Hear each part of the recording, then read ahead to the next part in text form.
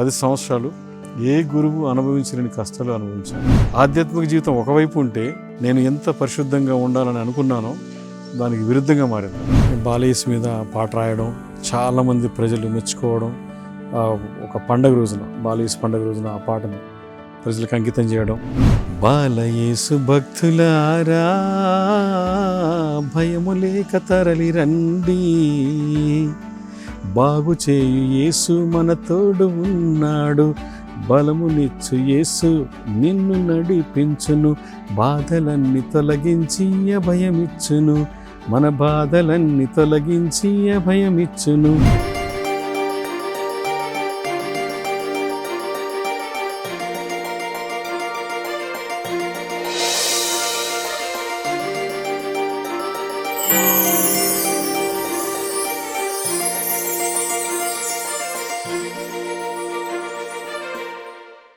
పిత పుత్ర పవిత్ర ఆత్మనామమున ఆమేన్. ప్రేమ కలిగిన సర్వేశ్వర, మీరు నాకు ఇచ్చినటువంటి ఈ దైవ పిలుపును అందుకున్నందుకు, నన్ను మీ బిడ్డగా మలచినందుకు వందనాలు తెలియజేస్తున్నాము. మీరు ఇచ్చినటువంటి ఈ దైవ పిలుపులో ఎన్నో విషయాలు మేము చూస్తున్నాము, అనుభవిస్తున్నాము, పంచుకుంటున్నాము. ఈరోజు మేము చేసే ఈ దైవిక కార్యక్రమంలో మమ్మల్ని దీవించమని, మరియు మాకు మీ ఆత్మీయ శక్తిని, బలమును దయచేయమని ప్రార్థిస్తూ ఉన్నాం తండ్రి. ఆమెన్. కరిగిపోయాను దేవ నీ దివ్య సత్ప్రసాదములో, కలసిపోయాను దేవ నీ దివ్య కారుణ్యములో, మురిసిపోయింది నా మనసు నీ రాకతో, మురిసిపోయింది నా మనసు నీ రాకతో, తనివి తీరింది నా మనసు నీ సన్నిధిలో, తనివి తీరింది నా మనసు నీ సన్నిధిలో. యేసయ్యా నా యేసయ్యా, నిన్ను నేను ప్రేమించుచున్నానయ్యా, యేసయ్యా నా యేసయ్యా, నిన్ను మాత్రమే ప్రేమించుచున్నానయ్యా. క్రీస్తునాథుని యందు మిక్కిలి ప్రియులకు సహోదరి సహోదరులారా, ఈరోజు మనం నన్ను మలచిన దేవ అనే ఈ కార్యక్రమాన్ని వీక్షిస్తున్నటువంటి ప్రజలందరికీ కూడా, విశ్వాసులందరికీ కూడా శుభాభివందనములు మరియు ఆహ్వానం పలుకుతూ ఉన్నాం. అందరికీ వందనములు. ప్రియ స్నేహితులారా, నేను ఫాదర్ బెంజమిన్ చిన్నాబత్తిని. మాది అలిరాజపేట గ్రామం. మా తల్లిదండ్రులు కీర్తిశిష్యులు ఇద్దరు కూడా మరణించారు. చిన్నాబత్తిని శౌరమ్మ అంటారు. నేను 1970 సంవత్సరంలో ఆగస్టు 18వ తారీఖున అదే గ్రామంలో జన్మించాను. నేను పుట్టిన 21వ రోజున నాన్నగారు చనిపోయారు.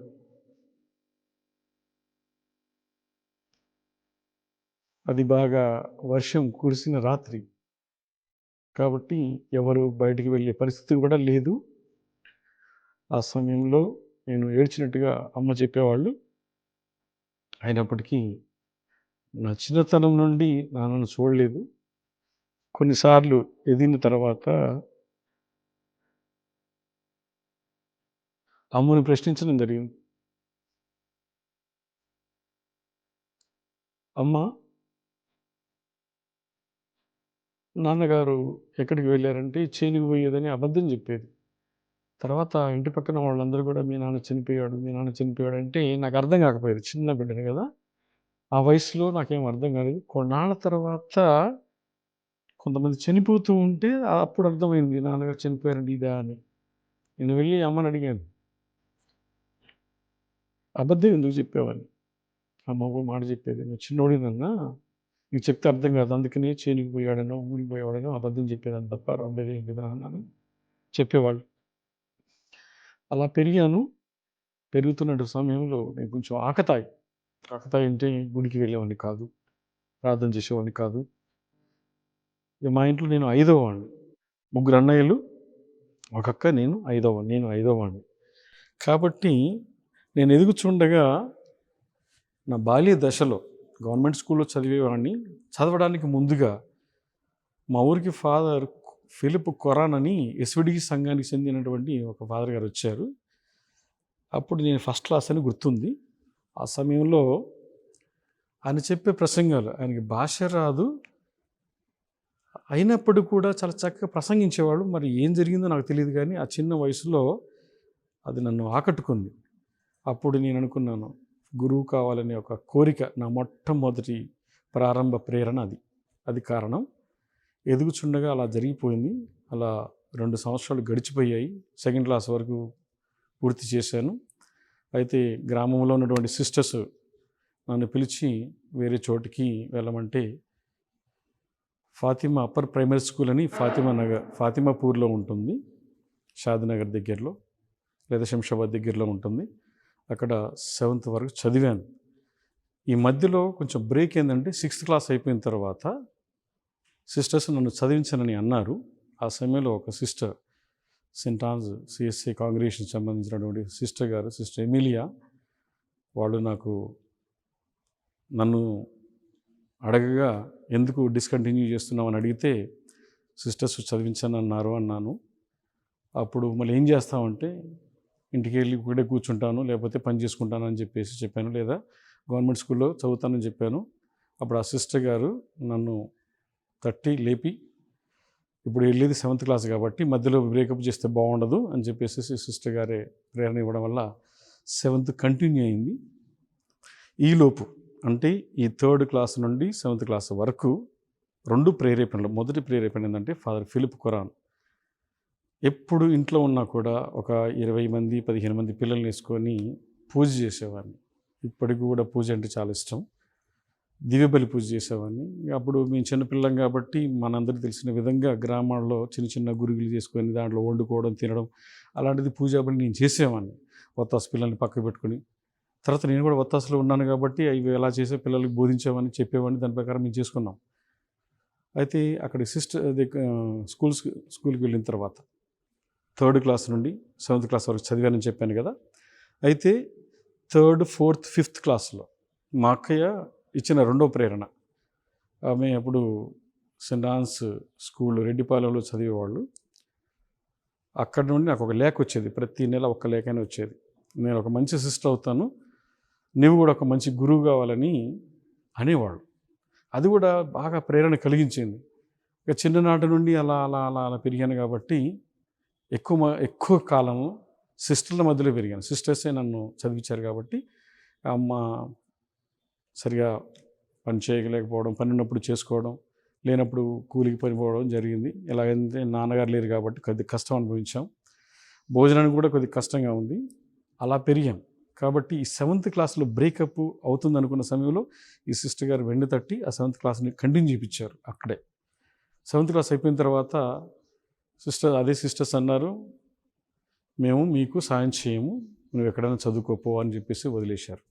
అప్పుడు మా ఊళ్ళో ఉన్నటువంటి ఫాదర్ జేకబ్, ఎస్విడి సంస్థకు చెందినటువంటి ఫాదర్ జేకబ్, వారి దగ్గరికి వెళ్ళి ఏడ్చాను. ఏడిస్తే ఆ ఫాదర్ గారు మా అన్నదమ్ములను పిలిచేసి, మీరు ఈ బాబుని చదివిస్తారా లేదంటే, వాళ్ళు కూడా పెద్దవాళ్ళు, వాళ్ళ పిల్లలు కూడా నాతోటి ఉన్నారు కాబట్టి, నా వయసే ఉన్నారు కాబట్టి ఆ సమయంలో పెద్దన్నయ్యకి 3 పిల్లలు, 2 అన్నయ్యకి 4 పిల్లలు, 3 అన్నయ్యకి 2 పిల్లలు కాబట్టి వాళ్ళు చదివించలేరు నన్ను. అది వాళ్ళకి తెలిసిపోయింది. కాబట్టి ఫాదర్ గారి సమక్షంలో వాళ్ళందరూ మాకు చేత కాదు అని ఒక మాట అనేయడం జరిగింది. సరే నేను చూసుకుంటానని చెప్పేసి ఆ ఫాదర్ గారే నన్ను ముందుకు నడిపించారు. వాళ్ళకి వందనాలు. ఎందుకంటే ఈరోజు వాళ్ళు ఫాదర్ గారు లేరు, అయినప్పటికీ కూడా thanks to him, thanks a lot for his guidance and support. కాబట్టి అది 8th నుంచి 10th వరకు సెయింట్ మేరీస్ హై స్కూల్ సికింద్రాబాద్లో చదివానండి. ఆ రోజులలో ఫాదర్ మారంరెడ్డి అంతని గారు ప్రిన్సిపల్గా పనిచేస్తున్నారు. వాళ్ళు కూడా 3 సంవత్సరాలు చదివిన కాలంలో ఒక విషయం చెప్పేవాళ్ళు. అపోస్టలిక్ బాయ్స్ అని చెప్పేసి మాకు ఒకటి స్టార్ట్ చేశారు. అపోస్టలిక్ బాయ్స్ అంటే దాని అర్థం ఏంటంటే ఎవరైతే సెమినరీకి వెళ్ళాలని అనుకుంటున్నారో వాళ్ళందరూ కూడా ఒక గ్రూప్గా తయారు చేసేసి వాళ్ళకి ప్రత్యేకించి ఒక మాస్ ఇవ్వడం లేదా కొన్ని కార్యక్రమాలు చేయడం జరిగేది. అప్పుడు మాకు ఫాదర్ మాదాను ఇగ్నేషియస్ ఆయన చాలా పెద్ద వయసు, అప్పటికే ఆయన చాలా పెద్ద వయసు కాబట్టి మేము ఆయన ఆధ్వర్యంలో అలా 3 సంవత్సరాలు గడిపాము. దాని తర్వాత 10th అయిపోయింది, అంత బాగానే ఉంది. సెమినరీకి వెళ్ళాలి, ఎందుకంటే చదివించే వాళ్ళు ఎవరు లేరు కాబట్టి నాకు వేరే మార్గం లేదు కాబట్టి సెమినరీకి వెళ్ళాలి. 1988లో సెమినరీలో నా 2వ దశ ప్రారంభమైంది. ఈ ప్రారంభ దశలో కష్టాలు అనుభవించడానికి ఒకే ఒక కారణం, ఒకవైపు నాన్నగారు చనిపోవడం, మరోవైపు పేదరికం. ఈ పేదరికంలో ఉన్న నేను చదువుకోవాలని చాలా కష్టపడాలి కాబట్టి ఏం చేయాలో తెలియక సెమినరీకి వెళ్ళాల్సి వచ్చింది. వెళ్ళిన తర్వాత 1 year ఉన్నాము. 1 year తర్వాత అమ్మకి బాగలేదు. నేను 7th క్లాసులో ఉన్నప్పటి నుండి అమ్మకి బాగలేదు, చనిపోయేంత వరకు కూడా బాగలేదు. అయినప్పుడు కూడా ఎలాగో తట్టుకొని అలా వచ్చాము. ఆ 1 year తర్వాత ఓరియంటేషన్ కోర్స్ తర్వాత సెయింట్ జోసెఫ్ మైనర్ సెమినరీ గన్ఫౌండ్లో జరిగింది. దాని తర్వాత నేనే బయటకు వచ్చేసాను. తర్వాత ఏం చేయాలో తెలియక 1 year అక్క వాళ్ళ ఇంట్లో ఉండి పనిచేశాను. అక్క వాళ్ళ ఇంట్లో ఉండి పనిచేశాను. ఒకవైపు ప్రింటింగ్ ప్రెస్లో పనిచేశాను, మరోవైపు ఒక హౌజరీలో బాలానగర్ నుండి దాదాపు చార్మినార్ వరకు వెళ్ళి అక్కడ పనిచేసేవాడిని. భయం ఏంటంటే ఒక భయంతో పాటు బాధ ఏంటంటే నేను చదువుకోలేనా, అదొక బాధ. రెండవది పేదవాడిగా పుడితే ఎందుకు చదువుకోకూడదు, అది ఒక కారణం కూడా అనిపించింది. ప్రతిరోజు బస్సులో వెళ్ళేటప్పుడు నరకయాతన. బాలానగర్ నుండి చార్మినార్ వరకు బస్సులు తక్కువ ఉండేవి ఆ రోజులలో. 89లో ఏడ్చుకుంటూ వెళ్ళేవాడిని, ఏడ్చుకుంటూ వచ్చేవాడిని. ఎందుకంటే కూర్చోవడానికి స్థలం ఉండేది కాదు, నిలబడడానికి స్థలం ఉండేది కాదు. అంత కష్టాన్ని అనుభవించాను. అలాగో అది ఆ సంవత్సరం పూర్తి చేశాను. తర్వాత మళ్ళీ ఒక ప్రేరణ కలిగింది. ఆ ప్రేరణ ఏంటంటే మళ్ళీ గురువు కావాలని ఒక ఆశ. ఎందుకంటే ఒకసారి ఈ జీవితానికి అలవాటు పడితే మళ్ళీ వేరొక జీవితానికి వెళ్ళడం చాలా కష్టం. నేను సెయింట్ జోసెఫ్ మైనర్ సెమినరీలో ఉన్నప్పుడే ఒక 3 చరిత్రలు చదివాను. దాంట్లో నన్ను ఆకర్షించినటువంటి 3 పునీతులు ఎవరంటే పునీత చిన్న తెరేసమ్మ గారు, తర్వాత అసిస్పుర ఫ్రాన్సిస్ వారు పునీతులు, తర్వాత పునీత జాన్ బోస్కో. ఈ 3 చరిత్రలు చదివిన తర్వాత నా మైండ్ మొత్తం అంటే స్పిరిచువల్గా ఎదగడానికి, ఆధ్యాత్మిక జీవితంలో ఎదగడానికి, నేను బయట ఉన్నా కూడా ఆధ్యాత్మిక జీవితంలో మాత్రం కొరత లేకుండా చేసుకున్నాను. ఎటు వెళ్ళినా ప్రార్థనతో వెళ్ళేవాడిని, ఎంత దూరం ప్రయాణం చేసినా కూడా. అలా ఆరంభమైంది నా జీవితం.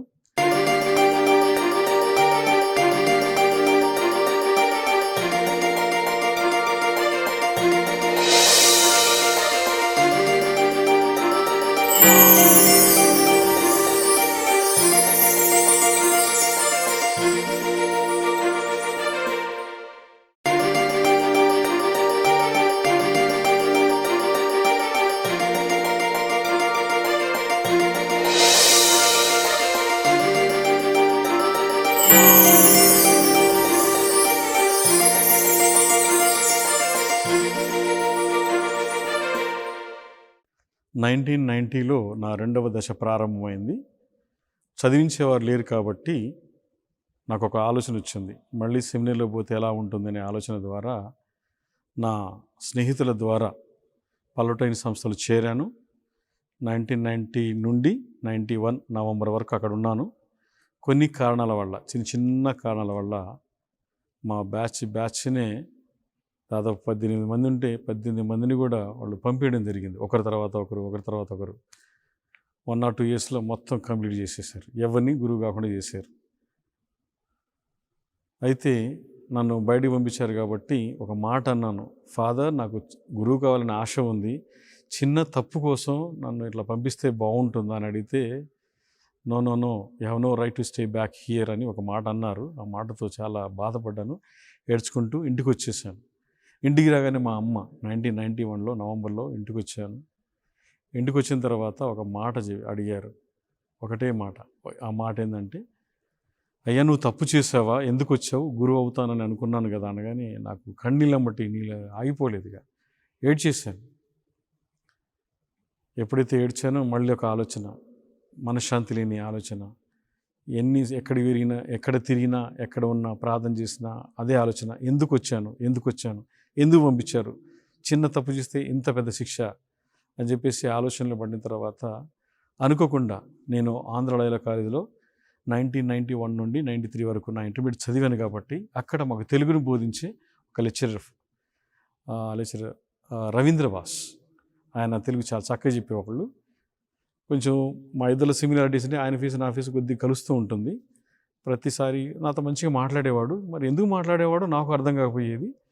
అయితే కొన్ని రోజులు గడిచిన తర్వాత ఈ పలానా అబ్బాయి కనిపించట్లేదు ఇక్కడ, ఏమైంది ఈ బ్రదర్ కనిపించట్లేదు అని అడిగినప్పుడు వాళ్ళ ఎంక్వైరీలో తేలింది ఏంటంటే అతను ఇంటికి పంపించేశారు అని ఒక మాట చెప్పేశారు వాళ్ళు. నా క్లాస్మేట్స్ చెప్పినప్పుడు ఆయన బాధపడ్డాడంట. ఎక్కడి నుంచి అబ్బాయి అంటే హైదరాబాద్ నుండి. హైదరాబాద్లో మరి ఆ రోజులలో సెల్ ఫోన్స్ కూడా లేవు, ల్యాండ్లైన్. నా స్నేహితులకి ఒకరికో ఇద్దరికో మా ఇంటి నెంబర్ ఇచ్చినట్టు గుర్తుంది. అయితే వాళ్ళ ఎంక్వైరీ ద్వారా నా ఫోన్ నెంబర్ పట్టుకొని లయోలా కాలేజ్ నుంచి పని మీద ఆయన తెలుగు యూనివర్సిటీకి వచ్చారు. అప్పుడు నేను జాబ్ చేస్తున్నాను, డైలీ అప్ అండ్ డౌన్ చేసేవాడిని. నాకు ఫోన్ చేసేసేసి బాబు ఎక్కడున్నావు అంటే జాబ్ చేస్తున్నానంటే ఒకసారి నిన్ను కలుస్తావని అడిగారు. నేను వెళ్ళి యూనివర్సిటీలో కలిసిన తర్వాత ఒక మాట వాళ్ళు వాగ్దానం చేశారు. ఎందుకు భయపడ్డావు, నువ్వు అక్కడే నన్ను అడిగి ఉంటే బాగుండేది కదంటే, అసలు ఆయన ఎవరో ఎక్కువ తెలియదు, మనం కాలేజీకి వెళ్ళేవాళ్ళం వచ్చేవాళ్ళం అంతవరకే తెలుసు. కాకపోతే దైవ ప్రేరణ దైవ చిత్తం ఎలా ఉందో తెలియదు, కానీ బహుశా దేవుడు ఆయన ద్వారా నా జీవితాన్ని మలుపు తిప్పాడని ఒక ఆలోచన. అందుకని ఆయనకి నేను సర్వదా కృతజ్ఞుడనై ఉన్నాను. ఎందుకంటే చాలామంది ఉన్నారు నా జీవితంలో, వాళ్ళల్లో ఒకరు వీళ్ళు రవీంద్ర బాస్ గారు, ఆ లెక్చరర్. వాళ్ళకు కూడా కృతజ్ఞతలు తెలియజేస్తున్నాను. అయితే హైదరాబాద్కి వచ్చి నన్ను రమ్మని చెప్పేసి ఛార్జీకి డబ్బులు కూడా ఆయన ఇచ్చి నన్ను రమ్మన్నారు. మళ్ళీ లయోలా కాలేజీకి వెళ్ళాను, ఆయన కలిశాను. ఆయనే సైకిల్ కొనిచ్చారు. కొన్ని డబ్బులు నా దగ్గర ఉంటే ఆ డబ్బులు ఆయన డబ్బులు వేసేసి సైకిల్ కొనిచ్చారు. తర్వాత ఒక రూమ్ చూపించారు. తర్వాత ఒక ఉద్యోగాన్ని కూడా ఆ రోజులలో 1991లో అందరికీ తెలిసినట్టుగా దాసనారాయణరావు చేత నడపబడుతున్నటువంటి ఉదయం పేపర్లో పనిచేసే అవకాశం వచ్చింది, పేపర్ డిస్ట్రిబ్యూటర్గా. అది 1.5 years చేశాను. అప్పుడు నా కష్టాలు మామూలు కాదు. తినడానికి తిండి సరిగా లేదు, ఉండడానికి ఆ రూమ్ కూడా చిన్నది. అది దాదాపు 4 అడుగులు 8 అడుగులు అంతే. ఆ రూమ్ అంత చిన్న రూమ్లో నేను అడ్జస్ట్ అయిపోయాను. 1.5 years అక్కడే ఉన్నాను. నా ఇంటర్మీడియట్ అయిపోయేంత వరకు నా జాబ్ ఏంటంటే ఉదయాన్నే 3:30కి లేవాలి, 4 kilometers ప్రయాణం చేయాలి, సైకిల్ వేసుకొని పోవాలి. అక్కడ పేపరు ఎప్పుడు వస్తుందో తెలియదు, వచ్చి రాగానే వాళ్ళు ఇస్తారు, తీసుకుపోయి ఇంటింటికి వేయాలి. అట్లా విజయవాడతో నాకు ఉన్నటువంటి అనుబంధం అది. అట్లా 1.5 years చేశాను. ఎప్పుడైతే హాలిడేస్ వస్తాయో వేసవి సెలవులు వచ్చినప్పుడు ఇంటికి మాత్రం రాలేదు. మళ్ళీ ఆ సార్తో చెప్పేసేసి నేను ఎక్కడైనా జాబ్ చేసుకుంటానంటే నాకు తెలిసిన వాళ్ళ ద్వారా, ఈలోపు కొంతమంది పరిచయస్తుల ద్వారా ఒక గ్లాస్ కంపెనీలో, మామూలుగా గ్లాసులు మన బస్సెస్ కానీ లారీస్ కానీ ముందు అద్దాలు ఉంటాయి, పెద్ద అద్దాలు, దాంట్లో నేను పని చేశాను. అలా వేసవి సెలవులు గడిపాను. అట్లా 2 సంవత్సరాలు నేను ఉదయం లేచి వెళ్ళి పేపర్ వేసి ఇంటికి వచ్చేసరికి ఉదయం 8 అవుతుంది లేదా 8:30 అవుతుంది.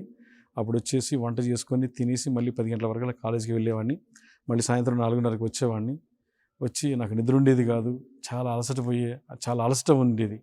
అట్లా 1.5 years, సంవత్సరన్నర రోజులు చేసేసరికి మనసంతా ఎక్కడో కొట్టుకునేది. అనవసరంగా నా జీవితాన్ని పోగొట్టుకున్నాను అదొక ఆలోచన ఉండేది.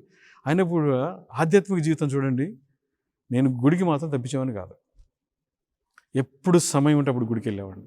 ఇంకోటి ఏంటంటే విజయవాడలో ఉండగానే ప్రేరణ ద్వారా ఆ సింగర్స్లో కాయర్ గ్రూప్లో జాయిన్ అయ్యేవాడిని. నాకు ఎక్కడికి పోయినా సింగింగ్ అంటే కొద్దిగా ఇష్టం, పాటలు పాడే తత్వం అనేది కొద్దిగా ఇష్టం కాబట్టి ఇప్పుడు కూడా పాడుతూ ఉంటాము. అది ఇష్టం వల్ల ఆ గ్రూప్లో జాయిన్ అయిన తర్వాత ఒక అన్నయ్య నాకు హెల్ప్ చేశాడు. డబ్బులు ఇవ్వకపోయినా పర్లేదు కానీ, తమ్ముడు బాగా పాడుతున్నావు తమ్ముడని తనతో పాటు ఉంచుకొని గుణదల్లో నేను ఉన్నాను. గుణదల్లో ఉండి 1.5 సంవత్సరాలు లయోలా కాలేజ్ చదువుతూ అది కంప్లీట్ చేశాను. ఇక తర్వాత నెక్స్ట్ స్టెప్ ఏంటంటే తప్పకుండా నేను హైదరాబాద్ రావాల్సిందే. ఈలోపు జరిగిన ఒక సంఘటన ఏంటంటే, నా క్లాస్మేట్స్ లెక్చరర్ రవీంద్ర బాస్ గారి ద్వారా వీళ్ళిద్దరు సాయం చేశాను. నా క్లాస్మేట్స్ సాయం చేస్తే, లెక్చరర్గా సాయం చేస్తే నా చదువు పూర్తయింది. అందుకోసం నా క్లాస్మేట్స్ కూడా ధన్యవాదాలు. తర్వాత డిగ్రీ చేయడానికి హైదరాబాద్కి వచ్చాను. హైదరాబాద్ హాలిడేస్లో బాగానే తిరిగాను, అంతా బాగా అయిపోయింది. డిగ్రీ చేయాలంటే ఏం చేయాలంటే ముందు నేను ఉద్యోగం చూసుకోవాలి. ఉద్యోగం చూసుకోవాలంటే నాకు పార్ట్ టైం కావాలి. పార్ట్ టైం కావాలంటే ఏదో ఒకటి చేయాలని చెప్పేసి ఉద్యోగానికి ముందు జాబ్ చూసుకున్నాను. ఆ జాబ్ ఏంటంటే పార్ట్ టైం జాబు. అది Bhavans new science college, Shalimar theatre, Narayanguda చౌరస్తాలో ఉంటుంది అది. అక్కడ నా డిగ్రీ బీకామ్ చదివాను. ఈ 3 సంవత్సరాలు కూడా నేను కాలేజీకి వెళ్ళింది లేదు, చదివింది లేదు. ఏదో ఎగ్జామ్ రాయాలి కాబట్టి రాయాల్సి వచ్చింది. కాలేజీకి మాత్రం నాకు గుర్తుండి ఫస్ట్ ఇయర్లో ఏమి వెళ్ళలేదు. సెకండ్ ఇయర్లో 1 మంత్ వెళ్ళాను. థర్డ్ ఇయర్లో 2 మంత్స్ మాత్రం వెళ్ళాను. డిగ్రీ కంప్లీట్ చేశాను. ఇది కూడా జాబ్ చేస్తాను. ఒక హోటల్లో పనిచేస్తూ 2.5 సంవత్సరాలు ఏకదాటిగా పనిచేశాను. ఎక్కడ బ్రేక్ లేకుండా. బ్రేక్ వచ్చినా కూడా మళ్ళీ వెళ్ళి అడిగి వాళ్ళని ప్రాధేయపడి ఎలాగైనా సరే నా చదువు పూర్తి కావాలి. నా ఎయిమ్ ఏంటంటే గురువు కావాలనే తపన. అంతే తప్ప నేను చదువుకున్నది కూడా గురువు కావాలనే తపన తప్ప రెండోది ఏం లేదు. ఏదో అందరూ ఏమంటే ఉద్యోగం కోసం చదువుతారు. నాకు ఆ ఉద్యోగం చేయాలనే ఆలోచన రాలేదు. కానీ ఉద్యోగం చేస్తూ చదువుకుంటే చదువైన తర్వాత ఏదో ఒక దాంట్లో స్థిరపడవచ్చు అన్నటువంటి భావన కలిగింది. ఆ విధంగా 2.5 సంవత్సరాలు హోటల్లో నేను పనిచేసిన తర్వాత నా డిగ్రీ అయిపోయింది. దేవుడి దయ వల్ల డిగ్రీ పాస్ అయ్యాను. డిగ్రీ అవ్వడానికి ముందుగా నేను సెకండ్ ఇయర్లో ఎగ్జామ్స్ రాయడానికి ముందుగా మార్చి 13న ఎగ్జామ్ ఉంటుంది. మా అమ్మగారు 1995లో మార్చి 10వ తారీఖున చనిపోయారు. మార్చి 13 నుంచి నాకు ఎగ్జామ్స్ ఉండే, సెకండ్ ఇయర్ ఎగ్జామ్స్. అయితే మనసంతా బాధ. అప్పటికి నా వయసు 25 సంవత్సరాలు. ఈ 25 సంవత్సరాల్లో అమ్మను పట్టించుకున్నది అంతగా లేకపోయినా కూడా సపోర్ట్గా మాత్రం ఉండేవాడిని. ఎందుకంటే నాకు వచ్చే చిన్న ఉద్యోగంతో కొద్దిపాటి డబ్బులతో చూసుకునేవాడిని తప్ప, ఒకవైపు నా చదువు చూడాలి, ఒకవైపు నా తిండి ఖర్చులు చూడాలి, ఒకవైపు రూమ్ రెంట్ చూసుకోవాలి, మరోవైపు అమ్మని చూసుకుంటే కూడా కొద్దిగా కష్టంగా అనిపించింది. అందుకని అమ్మ చనిపోయినప్పుడు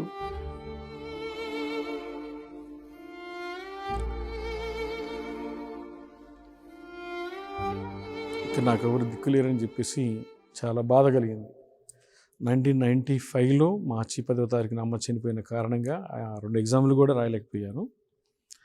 తర్వాత ఒంటరి జీవితం అనేది అలవాటు చేసుకోవాల్సి వచ్చింది. ఎందుకంటే అప్పటికి నేను మా బాబాయ్ కుమారుడు, అతను నేను క్లాస్మేట్స్, రోమాను అని అతను నా క్లాస్మేట్. మీ ఇద్దరం కలిసి 3 సంవత్సరాలు ఉన్నాము. అతను కూడా కొద్దిగా ధైర్యం ఇచ్చాడు. దానికి తోడుగా ఒంటరిగా ఉండాలన్నా, ఒంటరిగా ప్రయాణం చేయాలన్నా ఇప్పుడు ఏదో ఒకటి గుర్తుకొస్తుంది. ఒకవైపు అమ్మ లేరు, ఒకవైపు నాన్న లేరు. కాబట్టి చాలా బాధపడేవాడిని. ఎంత బాధపడేవాడిని అంటే అమ్మని సమాధిలో పెట్టేటప్పుడు, అమ్మ చనిపోయినప్పుడు అంత ఏడుపు రాలేదు, కానీ సమాధిలో పెట్టి వస్తుండగా ఒక ఆలోచన వచ్చింది. ఇక మీదట నేను అమ్మ అని ఎవరిని పిలవగలను అని ఆ తలుపు రాగానే పెద్దగా ఏడ్చుకుంటూ వెళ్ళి